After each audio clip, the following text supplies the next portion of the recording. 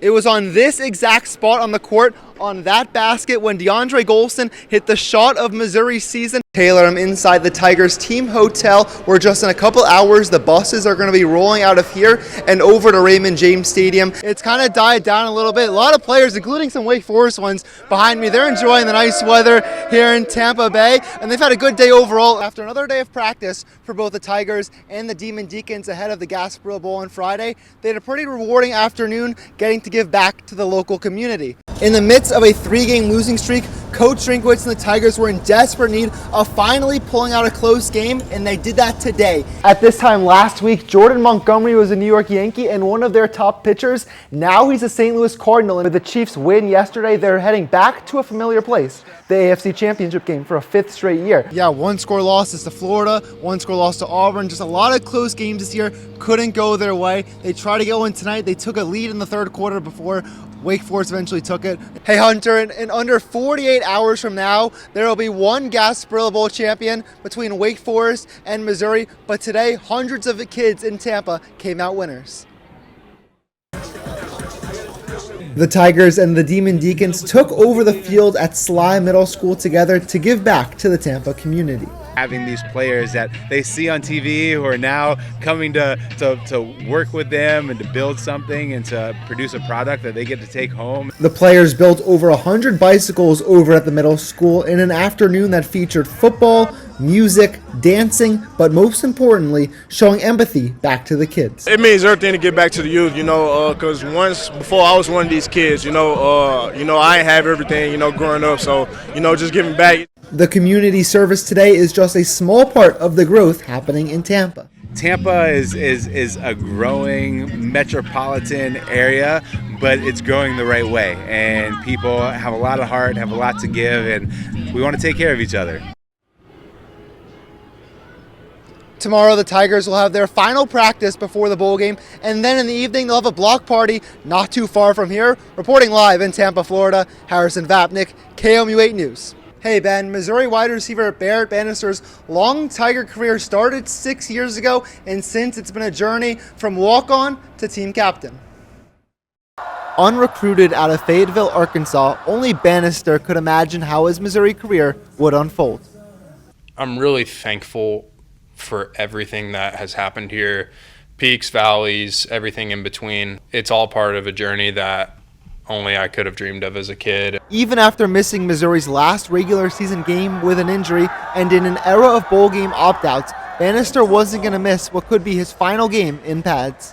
I know it was important. It's important for me because, you never know whenever it's going to end for you. I could go play for 10 more years. I could never play another snap of football. Barrett has coined the nickname Third and Bannister after countless clutch catches to move the chains among his 129 career receptions. It's something his dad Brian said Barrett built his legacy on. From walk-on to captain and, inside the top 15 receptions all time, and then he gets to close it out with a bowl game in Florida with all his teammates. I think it means a lot to Barrett. With all the ups and downs of his second senior season, Bannister just wants to end his Mizzou career with a victory for the program. I think it'd be going out on the right note and hopefully springboarding this program, to continue to grow. Best turnaround of any school in mid-Missouri this year. Yeah, Ben, Capital City football combined for just 2 wins in their first 2 years of the program. This year, led by longtime Rockbridge assistant coach Joe Collier, the Cavaliers turned a corner, and now they're making the transition from rebuild to contender. While Capital City's stadium is under construction, the Cavaliers football team is looking like a finished product. There's a process to everything in life you do, and if you want something, your work exhibits your wants. In their first 2 seasons, Capital City went 2-16 with their average margin of defeat by 31 points. This year, the Cavaliers surged to 7-2, and head coach Joe Collier credits the leap to teamwork. We decided that as a team, what our goals were, just working as a family, working as a unit. And that's the best way for us. Senior quarterback Hayden Carroll has been in the program since the start, and even with 11 total touchdowns this year, he passes along the offensive credit to the guys up front. I love those guys out there. That offensive line, they're the guys that make it happen. Like, they don't give enough credit. Those guys are what makes this offense flow. And we got some great running backs, some guys that will never go down on first contact. A win on Friday night would mark a historic first playoff victory in program history, but Collier says that a win would be celebrated just like any other game. You know, we tell ourselves, hey, we're gonna celebrate that Friday after the game, that Saturday, and then on Sunday we start our process over. Capital City keeps building, and the Cavaliers are ready to continue to prove the doubters wrong. Why not Capital City? Border war, two words that carry a whole lot of rivalry meaning. Missouri and Kansas have played 270 times across 125 years, but Tiger fans had to wait a while for this one, over 10 years, and after a 37-point loss last year in Lawrence, Tiger fans were eager for more moments like this.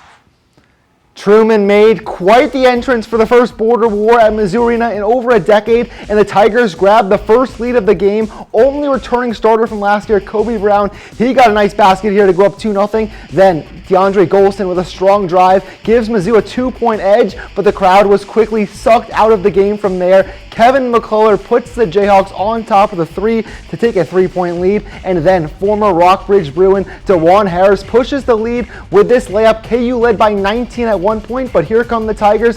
Demoy Hodge hits a 3-pointer from the corner. He had 15 points. Moments later, Aiden Shaw airborne the alley-oop dunk. That brought life back into Mizzou Arena, down just 14 points, but KJ Adams silenced the crowd quickly, a dunk of his own. Mizzou trailed by 17 points at the half, trying to get a historic comeback. Now it's a 20-point game. Tigers another run. Noah Carter hits a 3 to get it to 17. Then Golston drives in for the layup. He had 11 points. Tigers down 15 again, hanging around. But Kansas kept Mizzou from extending the run. Jalen Wilson's jumper goes in. Mizzou had a season-high 21 turnovers tonight as they lose their first game of the year, 95-67. 2 years ago, Missouri and Tennessee were both middle-of-the-road SEC East programs. Now Tennessee is a college football playoff contender, and Mizzou looking for their first top 10 upset under Coach Eli Drinkwitz. Missouri has not defeated Tennessee since 2018. First quarter down 7-0. Luther Burden takes the screen for the touchdown. Tigers playing another close SEC game, but in the second quarter, Volunteers quarterback Hendon Hooker, doing what he does best, finds Princeton Fant, 19-yard touchdown. Tennessee goes up 21-7. Mizzou would answer 4th and 1. Brady Cook connecting with Kowski Dove, 43 yards for his first touchdown of the season. Missouri down 28-17 at the half, and here come the Tigers again. Cook going deep to Dominic Lovett, 38-yard touchdown. Missouri down 28-24 right in the game, but Tennessee found their groove pretty quickly after. Hooker to a wide open Jalen Hyatt, 68 yards, 38 unanswered points from Tennessee. They beat Missouri 66-24. KMU8's Ethan Becker was in Knoxville after the game. Thanks, Ethan. Mizzou Volleyball had been riding a 5-game losing streak going into today's match, and with just 4 set wins in that stretch, Tigers trying to end that streak today. Taking on the other Tigers from LSU. First set, they're up 18-10. Mizzou extending the lead as Riley Buckley hits it up to Kaylee Cox for the kill. Tigers win set number 1. Second set now, LSU makes a great save, and Paige Flickinger finishes the play off with a spike. LSU ties the match up at 1. LSU with momentum, Maddie Wack sets up Santa Dotson, and she hits it hard over the net for the point. LSU goes up 2-1. Early in the fourth, Flickinger again scoring with a spike. Mizzou wins set 4, but the Tigers of LSU would win it 3-2.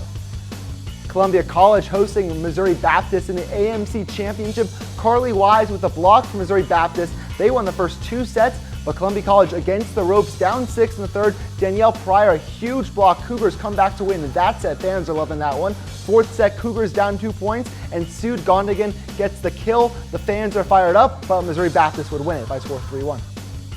Hawaii Soccer hosting Orchard Farm in the Class 2 quarterfinals. The Eagles extend their lead on a goal from Logan Hazel to go up 2-0. Crusaders get on the board, just about 5 minutes left in the first half. Miles Volek scores, and the Hawaii's crowd back in it, believing in a comeback, but Orchard Farm would add one more for good measure. Robert Pauley with a goal. Orchard Farm wins 3-1.